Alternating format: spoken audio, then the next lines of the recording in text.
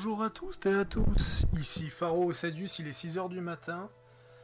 Je vais direct vous le dire, j'ai pas aimé AOED, j'ai pas adhéré au gameplay, je suis vraiment pas fan du gameplay qu'ils ont choisi et ce genre de choses. Donc j'ai pris la décision de faire que la quête principale, en mode histoire, en ligne droite, et de finir le jeu, de ne pas chercher à aller plus loin. J'ai regardé pas mal de vidéos, que ce soit Luzword, que ce soit Gags. Luzword a pas l'air convaincu de continuer, Gags a abandonné dès la première zone. Moi je me suis dit, je vais quand même faire l'effort. Je vais quand même faire l'effort de terminer le jeu. Je peux vous montrer vite fait. Je peux vous montrer vite fait justement quelques trucs et ce genre de choses. Je vais essayer de pas parler fort parce qu'il est quand même 6h du matin. Je veux faire une vidéo vite fait comme ça, tout et tout, parce que je suis pas hyper intéressé par le jeu en lui-même, j'aimais pas trop. Je trouve que le feeling pour frapper est quand même relativement rigide en fait. Et le pire c'est que j'ai investi tous mes points de dextérité dedans. Donc par exemple si je vais lent, on voit pas trop, mais il y a une certaine rigidité que j'ai trouvé ça vraiment infâme. Donc le système de RPG, il est très basique. C'est même choquant pour un jeu Obsidian d'être aussi basique. C'est des points d'attribut un peu comme le spécial de Fallout 4 et des compétences à la Assassin's Creed Odyssey. Voilà, c'est avec quelques passifs et ce genre de choses. C'est les compagnons, c'est 4 compétences comme dans Wildward. Ça s'arrête là. C'est le seul truc de l'aspect RPG du jeu. J'ai jamais joué à Pyre of Eternity, mais bah purée, je m'attendais quand même à quelque chose d'un peu plus solide.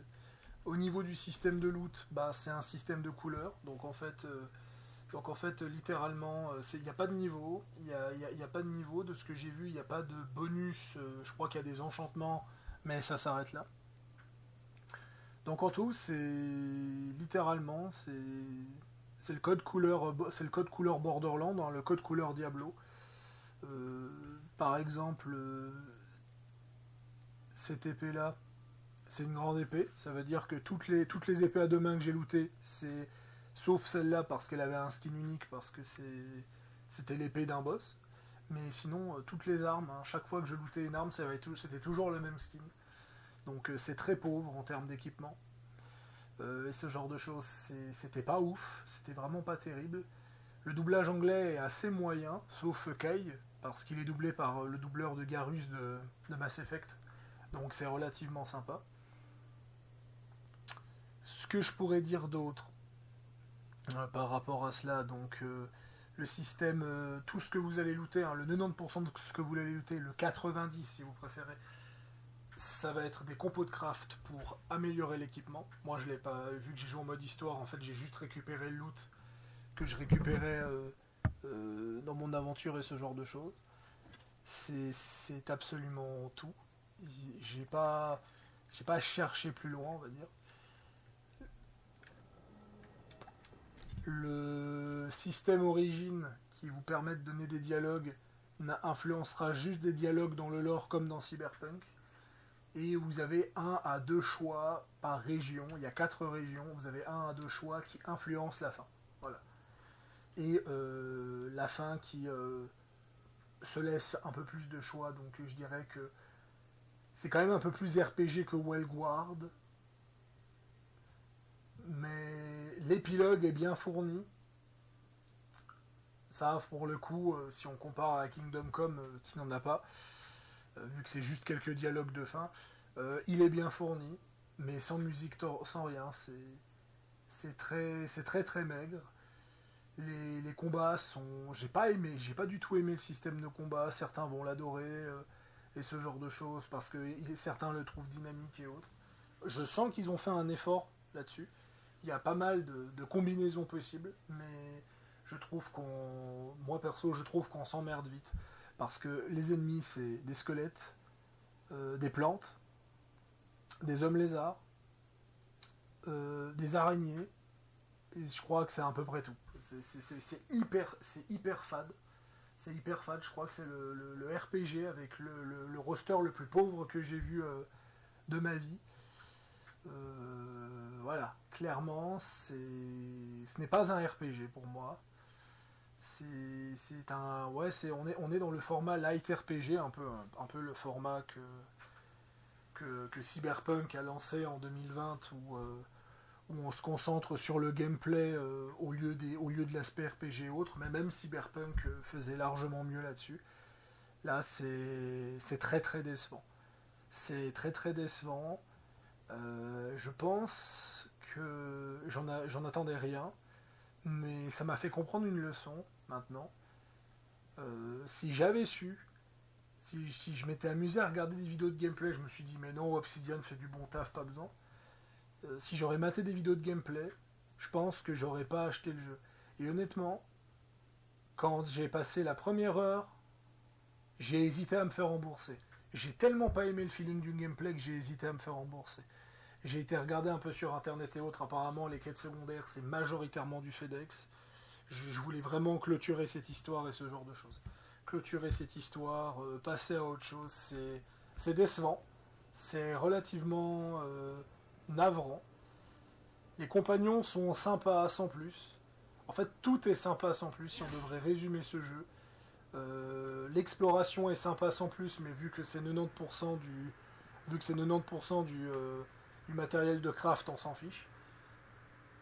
Le système de customisation est sympa sans plus, les compagnons sont sympas sans plus. Tout est sympa sans plus en fait. On est très loin de ce que les gens attendaient pour Obsidian. Et honnêtement, si le gameplay d'Outer World est aussi casualisé, c'est la fin d'Obsidian.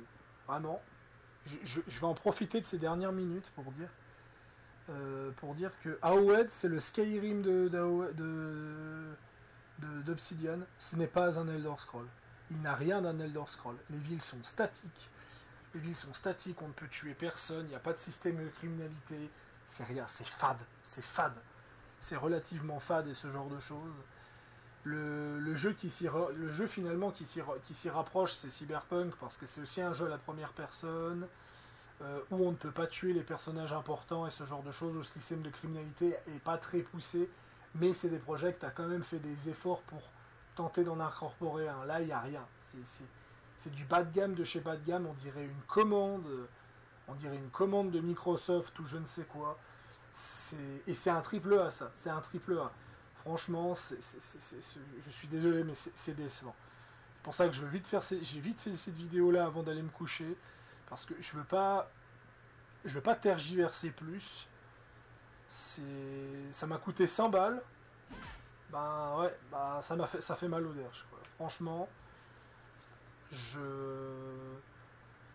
passé un bon moment. La quête principale en elle-même était quand même sympa. Avec des petits choix et ce genre de choses, j'ai commencé à me dire ah ouais, quand même. Voilà, mais ça s'arrête là, quoi. Éventuellement, si vous voulez essayer, prenez-le à 20 balles. Ou au Game Pass, mais ça fait mal. Ça fait très très mal pour un Skyrim-like. Pour le coup, Kingdom Come Deliverance fait beaucoup plus Skyrim au niveau de son gameplay, au niveau de ses possibilités. Je m'attendais vraiment au gameplay évolutif de Skyrim et pas juste une montée de niveau vraiment lambda. Je suis déçu, mais déçu à un niveau incroyable.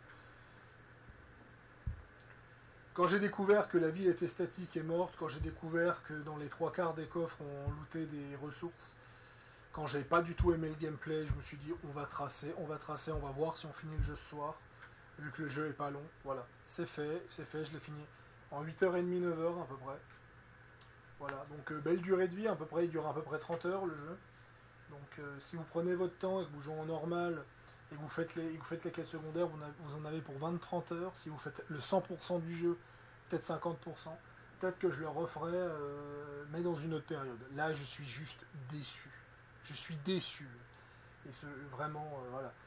Et je viens, par rapport à ma vidéo sur Gutenberg, je m'excuse. Je m'excuse parce que je réalise pas à quel point la concurrence est morte à côté de Gutenberg J'aurais voulu mieux pour Gutenberg, mais en fait je réalise que putain, Obsidian, ils ont fait de ces villes tellement incroyables avec. Ok, il n'y a pas beaucoup de vie dans Outer World, mais il y en a quand même un petit peu. Ça bouge un tout petit peu, quoi. Pas énormément, mais ça bouge un peu, quoi. Là, c'est la déception, quoi. Bref, on va s'arrêter là. C'était Pharaoh Sedius. Et ma prochaine vidéo, mis à part Tree Kingdom, ce sera pour le DLC d'Heart of Iron, je pense. Peut-être dire mon avis sur le DLC d'Heart of Iron qui sort au mois de mars.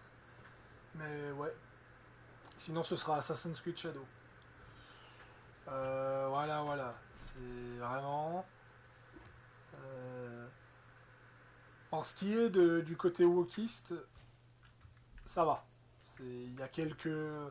Pour ceux qui sont insurgés par le côté woke, comme les gens diraient, le côté progressiste, ça va. Franchement, à part un Yel dans une conversation et un personnage masculin homosexuel, il n'y avait rien de transcendant, on va dire. Rien de choquant et autres, et je pense que c'est une polémique de merde, parce que voilà, on va pas s'insurger pour ça. Le jeu est vraiment moyen, et ça n'aurait rien changé. Il aurait pu en avoir 10 fois plus que ça n'aurait rien changé. Voilà. Je pense que j'ai pas réellement besoin d'en parler plus là-dessus. Moi en général, hein, j'ai défendu Wellguard, comme vous le savez, j'ai défendu Tash, donc il n'y a pas de souci là-dessus. Vous savez pertinemment, à mon point de vue, ce que ça avait été avec Wellguard. Mais là, c'est vraiment. J'ai pas les mots en fait. J'ai pas les mots à quel point je suis choqué de ce qu'a fait Obsidian. Mais je vais m'arrêter là. Allez, à plus tout le monde.